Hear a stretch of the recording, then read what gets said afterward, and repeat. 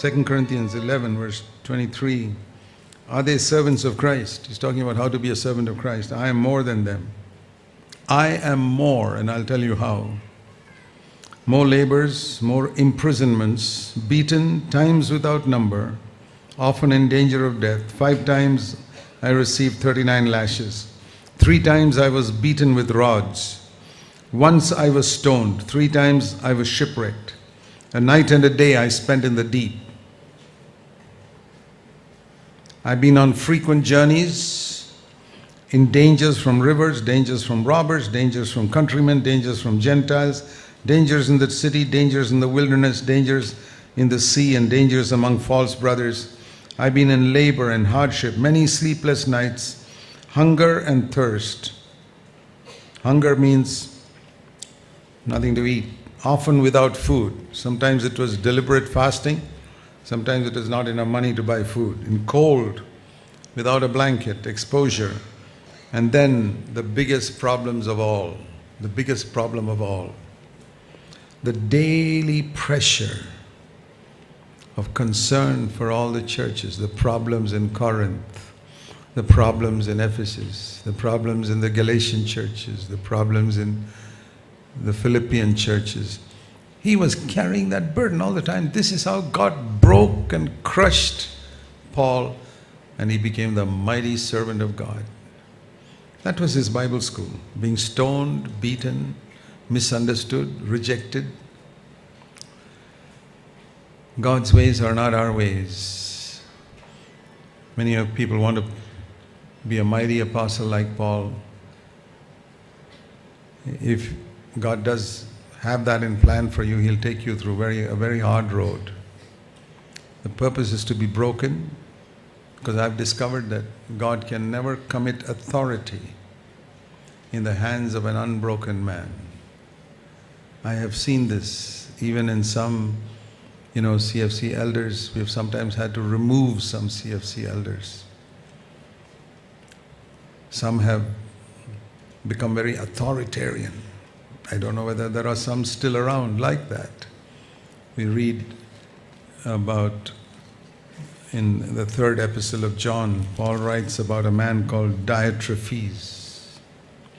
These are warnings for the next generation of leaders in our churches. He says in 3rd epistle of John, verse 9, I wrote something to the church, but Diotrephes the elder, he loves to be the first among them. There were a number of elders, but he wanted to be the first. I'm the chief elder. And he won't even accept what the Apostle John says.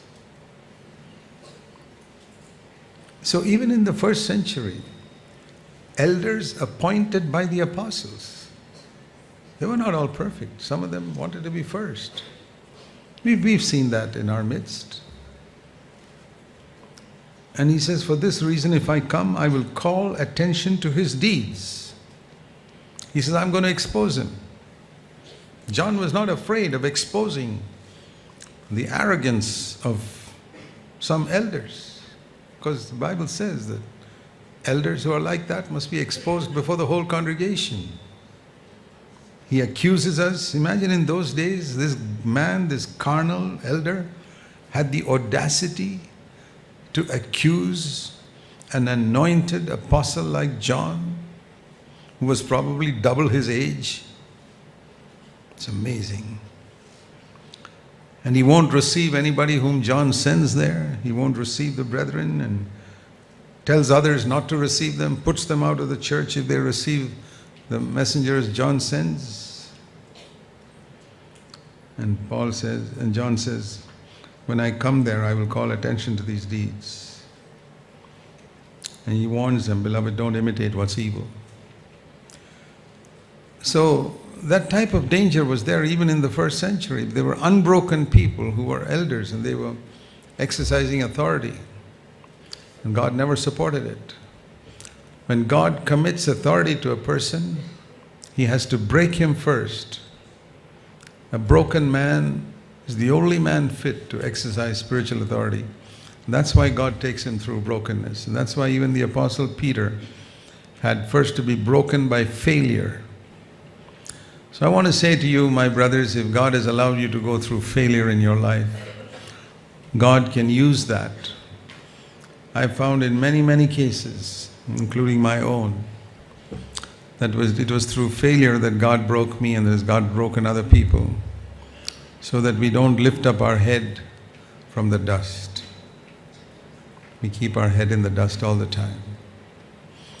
Not because we have any sense of inferiority. We keep our head in the dust before Jesus. But we don't assert ourselves. That's the reason why God breaks us. Every single servant of God whom God has used, He has to break and humble. Then only He commits authority to them. And if you have not gone through that process, I can tell you in Jesus' name, you will never be useful in God's hands to build His church. I can tell you that. If you resist that brokenness, if you don't allow God to break you through your circumstances, many times we resist it. Then of course God can't do His work. So I say that for your encouragement. If any of you are going through such circumstances, God has got a purpose. Submit to it. In God's time, He will bring you forth. It's like gold being purified in the fire. Let me show you this verse in closing. Psalm 66. In Psalm 66, David says how he came to a place of abundance.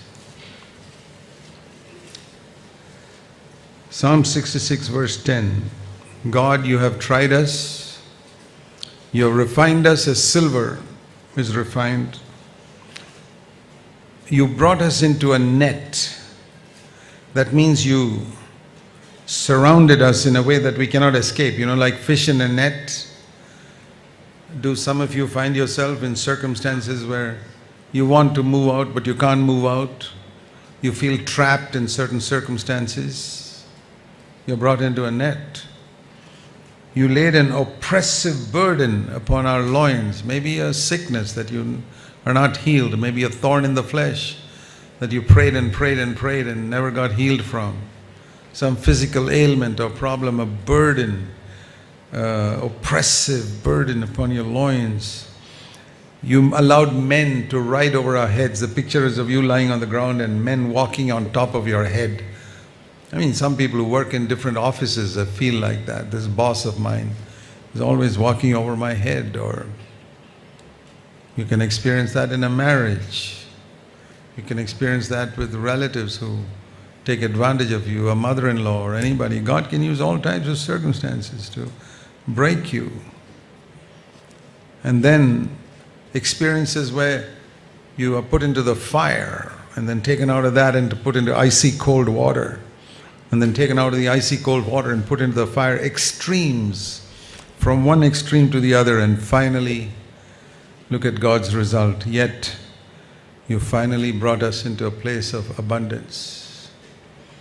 And that phrase, place of abundance, is the same word that you find in Psalm 23:6, cups that run over. Thou hast anointed my head with oil, with cups that run over. And I remember the first time I saw that, how do I come to the place where my cups will be running over? I must accept God allowing so many things to come into my life. And I just bow my head and I don't complain against anybody. I say, God has allowed it. There's an Old Testament example of David when somebody cursed him and threw stones at him and called him all types of names. And one of David's soldiers said, let me go and kill this man. How dare he speak against you like that? And David said to him, if some of you don't know this passage, it's good for you to know it. In 2 Samuel 16 and verse 10, the king said, no, don't kill him. God has permitted him to curse me. How can I say to God, why have you done it? Imagine if you had that faith. David in the Old Covenant had that faith. God permitted that chap who I feel is inferior to me in social status to yell at me. Okay. God permitted him to do it. God will not allow anything to happen to you without his permission. God allowed him to do it, to break you, to humble you. And he will not allow anything to come to you without his permission. He wants to show you his power.